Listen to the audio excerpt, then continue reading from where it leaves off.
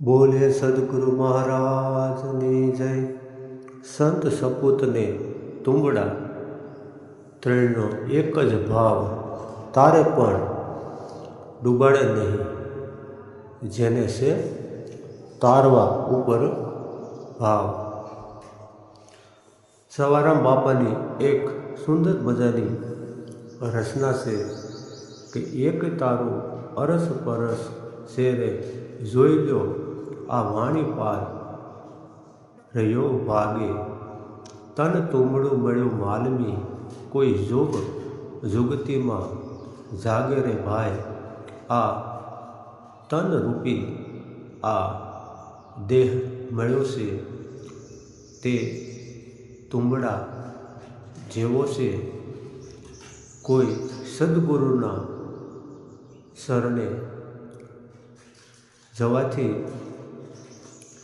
એવો જોગ જુગતીનો જ્યારે મળે છે ત્યારે સોહમ શબ્દ ઝણકાર થઈ રહ્યો છે અને એવો અનુભવ થાય છે કે તે હદ બેહદની આગે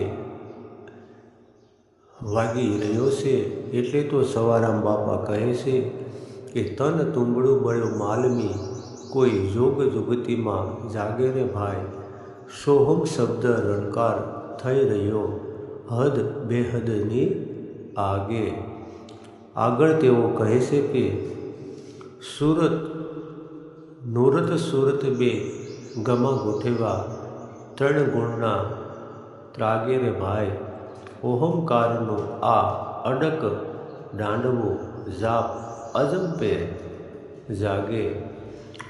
રામસાગર કે જે તુંબડાથી બનાવવામાં આવે છે તે કડવું હોય છે, પણ તેમાંથી બીજ કાઢી અને તેનો ઉપયોગ રામસાગર બનાવવા માટે થાય છે, જેના ગુણ પણ તેવા છે તે રામ ભજનમાં વપરાય છે।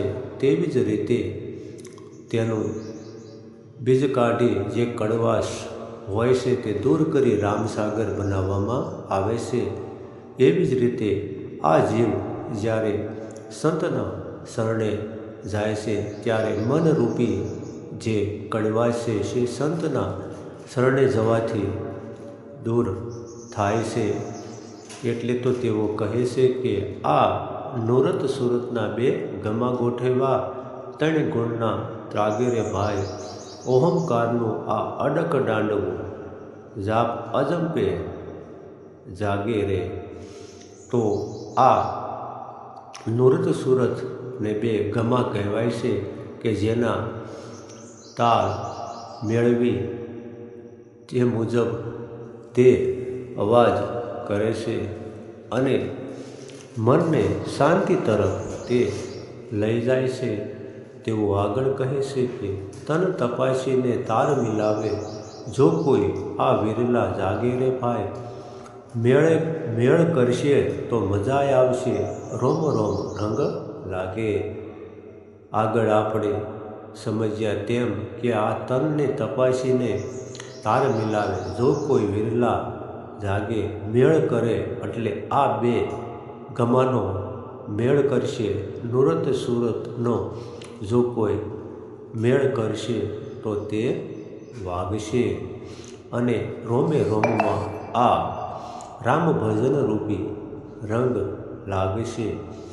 આગળ તેઓ કહે છે કે સુખમણા નાડી સુર મિલાવે, નાશે આ નાથની આગે રે ભાઈ। અરધ ઉર્ધમાં અજબ એક તારો, વિના ટકોરે વાગે। આ ગુરુ ભેદરૂપી જે સુષુમ્ના નાડી છે તેમાં જો સુર મિલાવવાથી, એટલે તો તેઓ કહે છે કે નાશે નાથની આગે, આ તે નાથની આગળ નાશે છે। અર્ધ ઉદરમાં અજબ એક તારો, આ અર્ધ નામમાં આ અજબ એક તારો કે જે વિના ટકોરે વાગે છે। આગળ તેઓ કહે છે કે અમૂલ્ય કિંમત છે આ એક તારાની, મફત નહીં મળે માંગે રે ભાઈ. તન મન ધન જઈ અર્પણ કરજો સતગુરુના શરણે. આ માનવ દેહ અમૂલ્ય મળ્યો છે, જે એક તારા જેવો છે. તો તે કહે છે કે મફત નહીં મળે માંગીએ રે ભાઈ. આ મળતો નથી, કંઈક પૂર્વજન્મના કર્મના પુણ્યના પ્રતાપે આ અમૂલ્ય મનુષ્ય દેહ મળે છે. આગળ તેઓ કહે છે કે તન મન ધન જઈ અર્પણ કરજો આ સદગુરુના શરણે. ત્યારે આ એક તારો આ દેહરૂપી સમજાય છે અને તેમાં આનંદ અને શાંતિનો અનુભવ થશે. સદડે મંદિર સરખો બોલે, જોવા કોઈ નવ જાગે રે ભાઈ. દાસ સવો કહે તજો તંબુરો, નકે પતો નહીં લાગે આ એક તારાનો. તે કહે છે કે આ સદડે મંદિરમાં એટલે કે સર્વવ્યાપક સર્વમાં તે બોલી રહ્યો છે. તો તેને જોવા કોઈ જો નવ જાગે, જો તેને સમજવા કોઈ મથામણ કરશે, તો દાસ સવો કહે છે આ તંબુરો સમજાય છે, નકર પતો નહીં લાગે.